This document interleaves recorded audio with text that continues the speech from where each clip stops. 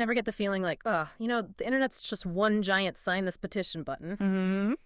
Well, today we are diving into one that's going around the health world, Okay. and it's a doozy. We're talking about a form that people want their doctors to sign. Okay. It's essentially a warranty on vaccine safety. And that's where things get really interesting. Right. It's not just about like asking your doctor a few questions. Right. It's about fundamentally like shifting that dynamic of Yeah. trust and responsibility in healthcare. Exactly. It's like, Right on. because who hasn't said like, oh, can I get a warranty on this flu shot Yeah. as a joke? But this is serious stuff. Our source is an article by Dr. Dave Mihailovich, a naturopathic doctor, called If Your Doctor Insists That Vaccines Are Safe, Then Have Them Sign This Form. And he's included this downloadable form. And let me tell you, it is intense. It's clearly designed to highlight a certain like perspective on vaccines. Yes. By asking physicians to explicitly like warrant the safety of each ingredient and list potential risks, Mm-hmm.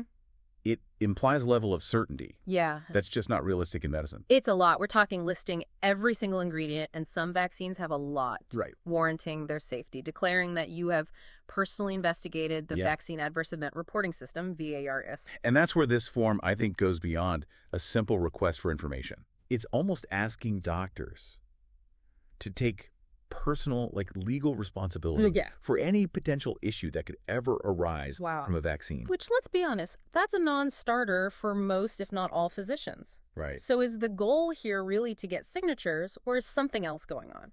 That's the million-dollar question. Right. It's hard to imagine, like, many doctors, you know, With their understanding. with their understanding yeah. of medical science and the legal complexities, like, signing this. Yeah.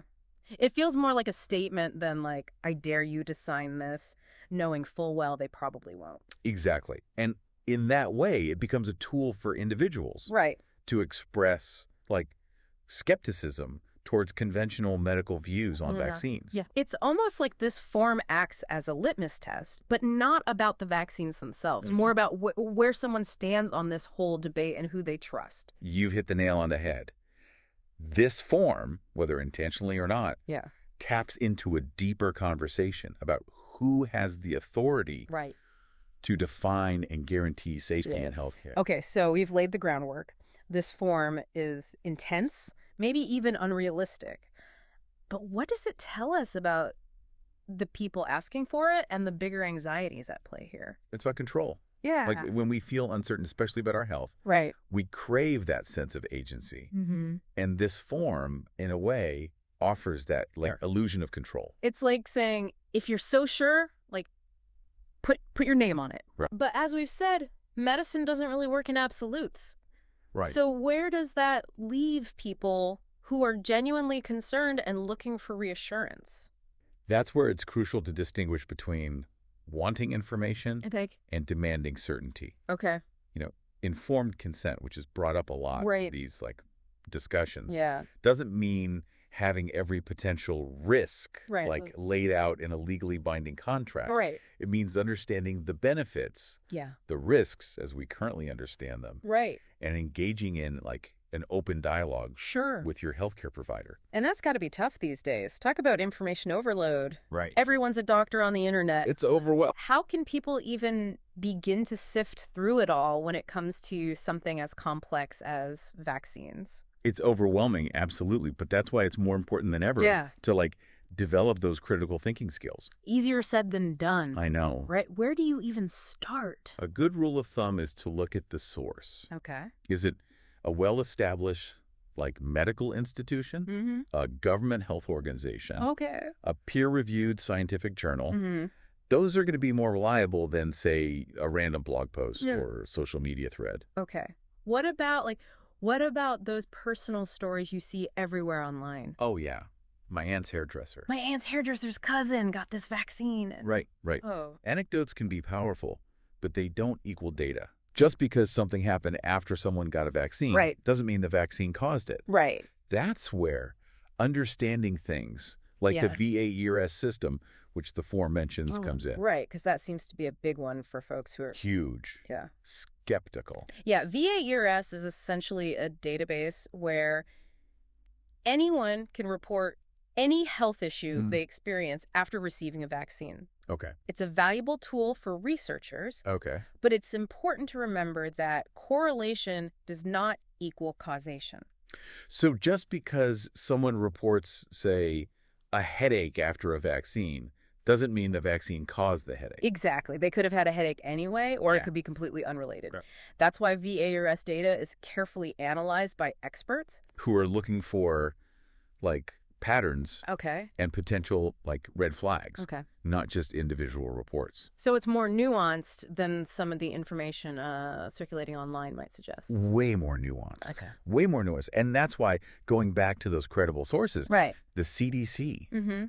the World Health Organization, Yeah. reputable medical journals is so important. Okay. They can provide context Okay. and help you, like, make sense So- of the data. It's like you said earlier, it's about being a critical consumer Yes. of information. Yes. We can't just turn our brains off and accept everything Right. at face value, especially when it comes to something as important as our health. And don't be afraid to ask questions. If something doesn't make sense or you see conflicting information, Right. talk to your doctor. Right. They can help you navigate those complexities Right. and make the best decision for your individual circumstances. Right. Because at the end of the day, everyone is different. Right. Exactly. What works for one person might not work for another. And a good doctor will understand that Right. and work with you to address your specific concerns and priorities. So we've talked about this vaccine warranty form, this desire for control that it represents, and just all the complexities of navigating health information these days. But where do we go from here? How can we empower ourselves to make informed decisions about our health, especially when it feels like everyone's got a different opinion? I think it really boils down to this. Mm-hmm. You are the CEO of your own health. That means like taking an active role in understanding your body, asking questions, and advocating for your needs. Which, yeah, can feel kind of intimidating, right? Oh, absolutely. It's easy to just be like, just tell me what to do. But you're saying we need to be more proactive. Absolutely. Yeah. Think of it like this. You wouldn't buy a car without doing some research, right? Right. You would compare models, you'd read reviews, maybe even talk to a mechanic. Your health deserves at least that same level of like attention Right. and critical thinking. So how do we apply that car buying mindset to something like vaccines? Start by understanding like the basics. Okay. Learn how vaccines work, Okay. the rigorous testing process they go through, Mhm. the role of organizations like the CDC and the WHO. And we can find accurate information about all of that on those credible sources that we were talking about. Precisely. Okay. And then don't be afraid to dive deeper into like specific concerns that you have. Okay. Look for evidence-based research. Mm-hmm. Consider different perspectives. And again, like talk to your doctor about anything that feels Right. unclear or concerning. It's that open dialogue, that trust building that just seems to be like missing in this whole warranty situation. You hit the nail on the head. Like demanding guarantees might offer a fleeting sense of control, Right. but it ultimately undermines that like collaborative nature of Mhm. healthcare. Yeah. Building a strong doctor-patient relationship based on mutual respect, open communication, and like a shared understanding of the science, that's where the real empowerment lies. So it's less about like black and white answers and more about just like embracing those gray areas. Yes. And just asking those thoughtful questions Yeah. and being an active participant in our health journey. Exactly. And remember, this is an ongoing process. Mm. Like medical knowledge is constantly evolving. Right. So staying curious, staying informed, Mm-hmm. and just being open to like adjusting your understanding as new information emerges. Right. That's how you navigate the complexities of health in the 21st century. Which, hey, that's what we're all about here on the Deep Dive, right? Right. We bring you the information, we bring those different perspectives, Yes. and try and cut through all the noise so that you can make the best decisions for you and your family. Well said. Yeah. Because, I mean, at the end of the day, informed decisions start with understanding the issues. Yeah. And that's what we've aimed to do today. And this deep dive definitely leaves us with a lot to think about. How can we cultivate that greater health literacy, not just for ourselves, but also for our communities? Because in an age of like rampant misinformation, ever-evolving science, Right. critical thinking really is our most valuable tool. Until next time, stay curious.